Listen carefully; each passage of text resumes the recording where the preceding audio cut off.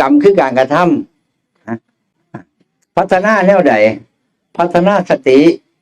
ไม่ไงนะพัฒนาสตินะเจริญสติถ้าเป็นภาษาไทยเจริญสติคือความระลึกรู้สึกตัวนะทุกวันนี้มันมีสติอยู่แต่ว่ามันมีน้อยเนาะสติไม่มีกำลังการพัฒนาสติคือการเจริญสติอยู่กับลมหายใจเข้าออกนะหรืออานาปานสติเนาะอานาปานสติสมาธิ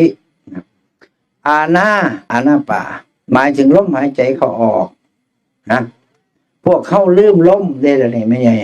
ลืมสิ่งที่สำคัญที่สุดในชีวิตเนาะพุทธเจ้าเพิ่นสอนให้มีสติอยู่กับลมหายใจเข้าออกนะเพราะว่าอย่างไรเพราะว่าถ้าเฮามาอยู่กับลมมันก็